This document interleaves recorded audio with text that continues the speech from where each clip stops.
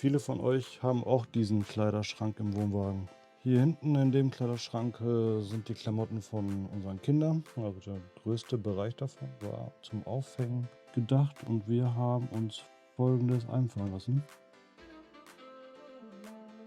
Wir haben von Bocamp so ein Regal zum Einhängen und wir finden, das lässt sich jetzt viel besser sortieren, die ganze Kleidung.